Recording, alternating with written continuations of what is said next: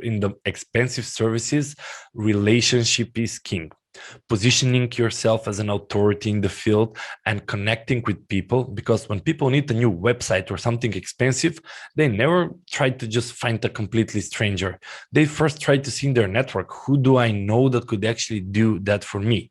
And our goal is to actually put our clients into the circles of their ideal clients. So when the need arises, if it's not present yet, they have to be the go-to guy for either websites or for consulting or for coaching.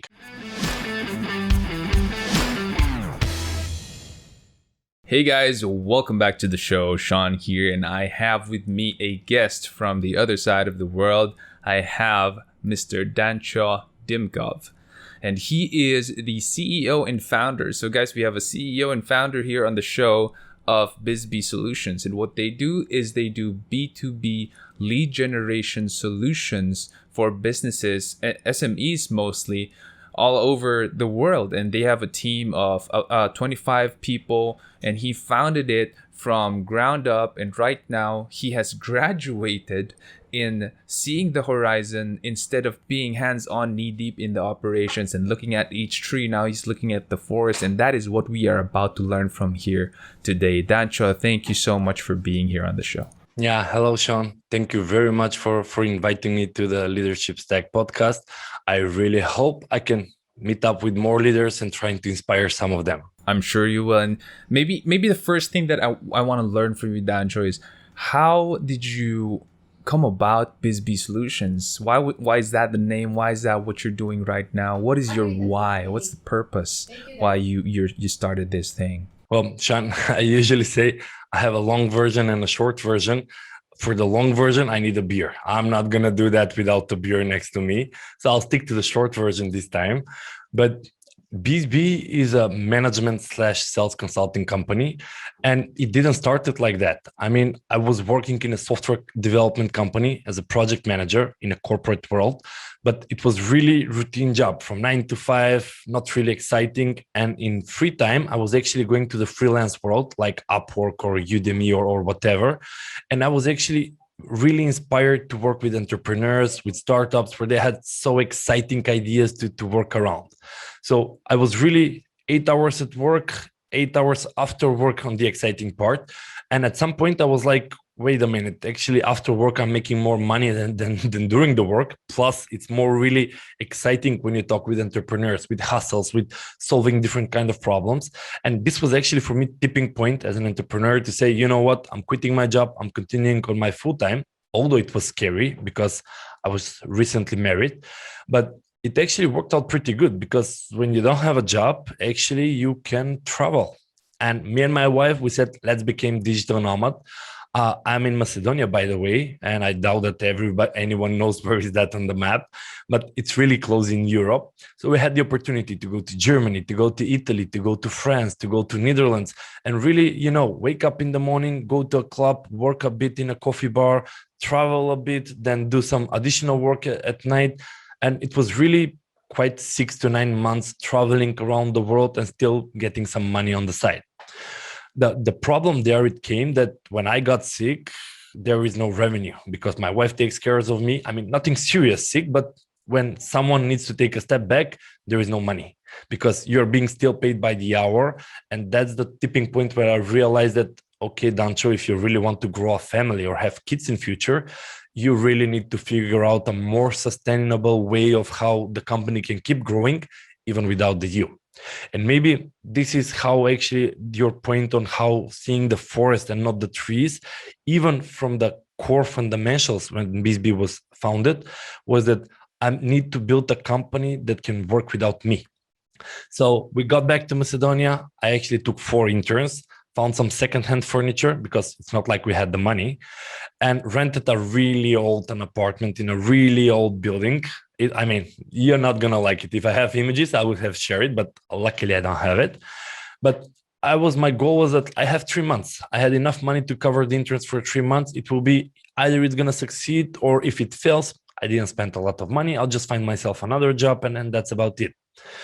And it started growing. I mean, our first services were market research. So we were actually working with entrepreneurs, and we tried to see the market, the competition, the gap on the market, and the opportunity. And entrepreneurs were really excited, and well, we want more. And then I was doing business plans with the financials, with the organizational structure, with everything. And many of the entrepreneurs I worked with actually started their companies, and they actually need help in the supply side to find manufacturers in China for products, and on the sales side to start doing the lead generation prospect. And honestly, the first 4 interns, what I told them is like, look, you're gonna be interns until you no longer need me. The moment you don't need me, you're hired. And it really helped me because they started having the mindset, okay, what should I learn so I won't disturb Dancho or I won't touch Dancho? And even now, 6 years since BizzBee is existing, I still have the same culture in the company. I'm building teams that are uh, independent, and they can operate on a self-sustainable way. So I can easily just take a step back, go on a month on a holiday, and enjoy life a bit at the end of the day. So fast story forward, 6 years, we had more than 400 and something clients so far in these 6 years. We have done projects in absolutely every country from around the world, from Asia, from Europe, from Canada, from Australia, from the US. And during that period, we've noticed that, as an entrepreneur, you start growing and you're realizing that, well, wait a minute, with the business plans and the market research, you do it as a one-time service, you get paid good, but that's it. You cannot really do another business plan. Well, with the lead generation, it's an endless story. It's like, I want more leads, I want more leads. But then you give them a lot of leads and they're like, well, now we hired 3 more people, I want even more leads. And that's the continuity I saw in the lead generation. So when Corona hit last year in 2020, we said, you know what, we are cutting down the market research, the business planning. We are specializing. We're no longer the generalists. We specialize purely on B2B lead generation. And we want to focus on a particular segment, which are the high ticket service providers, because we knew that we can really give them good results. And I mean, by high ticket service providers, I'm thinking consultants and coaches that have really expensive daily fees, marketing and sales agencies. They could have big projects on a 6 or 12 months, and software companies, especially the enterprise software companies that are charging 50K or 100K. Well, they really needed help in lead generation. And in this particular case, Sean, the problem was that you cannot really say, well, I have a 50K service. I'm just going to put Facebook ad and, with flashy LED buy now. And people will be like, 50K, let me just click it, swipe my credit card on a 50K. And it doesn't work like that. I mean, I would love to work like that, but in the expensive services, relationship is king. Positioning yourself as an authority in the field and connecting with people, because when people need a new website or something expensive, they never try to just find a completely stranger. They first try to see in their network, who do I know that could actually do that for me? And our goal is to actually put our clients into the circles of their ideal clients. So when the need arises, if it's not present yet, they have to be the go-to guy for either websites or for consulting or for coaching. So it was a long ride, but it was worth it because, as I told you, I had 4 interns and they started working without have the need from me. So then I said, okay, I don't no longer need to do the execution. I can now focus on management, marketing, and sales. But as we grow further, I said, okay, now I actually need a project manager. And the project manager started managing the people. So I said, okay, now I no longer need to take care of the execution. Let me focus on marketing and sales. At some point, I hired salespeople. So I said, okay, now you're going to do the sales. I'm going to manage you and I'm going to do everything else. At some point, I even took a sales manager and saying, now you take care of the complete sales process. I will focus on marketing and overall growth of the company.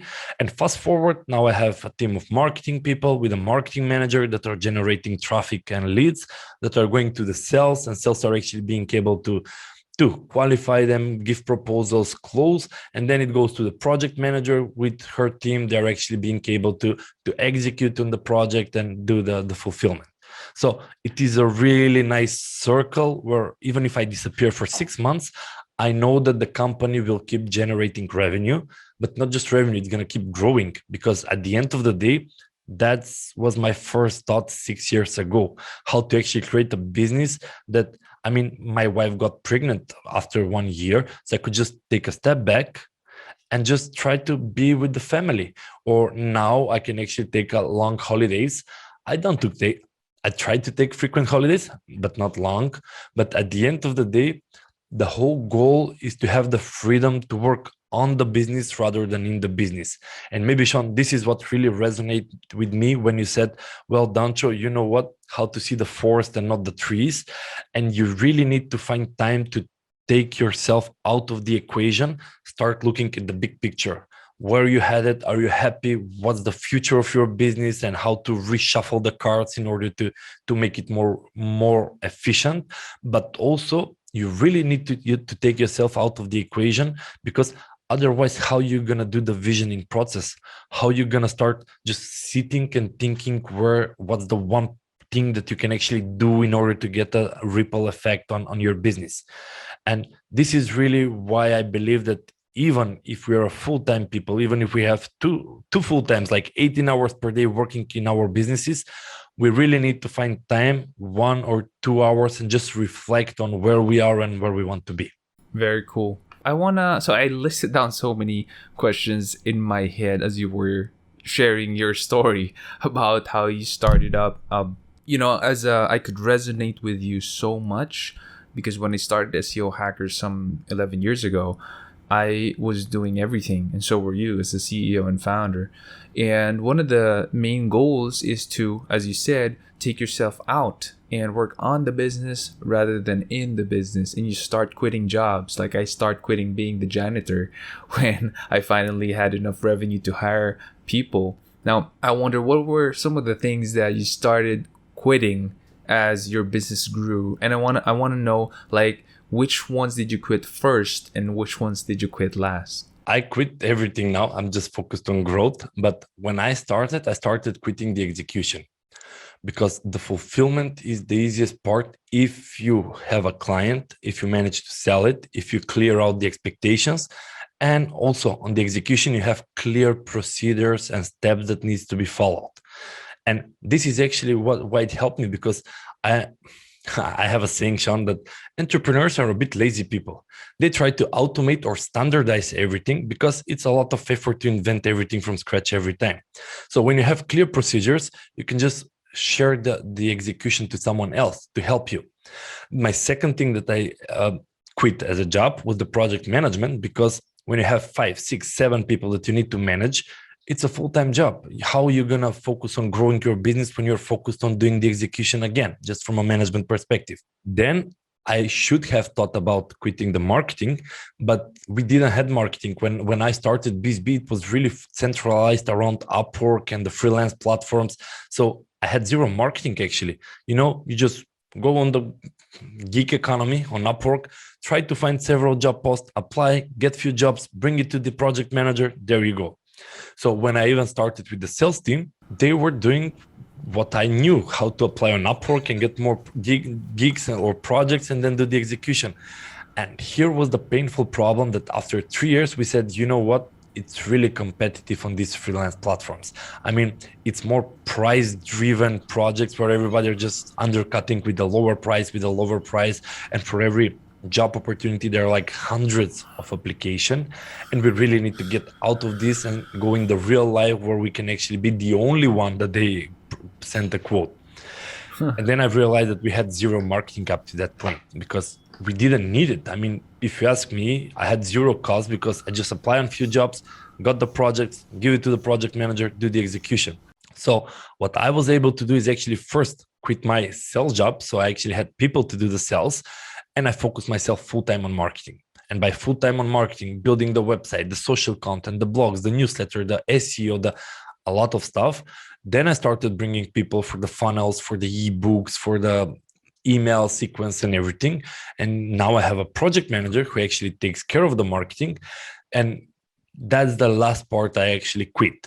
I mean, by quit, I don't really quit 100%, because I still want to be able to go on podcast. I still want to be able to create a blog once in a while. I still want to go as a judge on business plan competition, which it is a kind of a marketing activity at the end of the day. Got it. Really good. Really good that you're now able to do what you want to do, basically, and you quit each and every execution out there that he could think of, standardized it, processized it, mentored people, I'd say, to be able to do it at least 80% as well as you do, right? That's how to delegate well. Oh, hey, and since you're here, can you do me a favor? Can you hit on the subscribe button and hit the bell button and select all notifications so that whenever we have a new video, you're gonna be the first one to know. Until then, keep leading. If you're a business owner, I'm sure you're optimistic. Even those who sat and wait, they're optimistic, actually. That's why they sat and wait. But they're optimistic for the wrong thing. They're optimistic that things would go back the same way it was in a short span of time. That's an unrealistic expectation.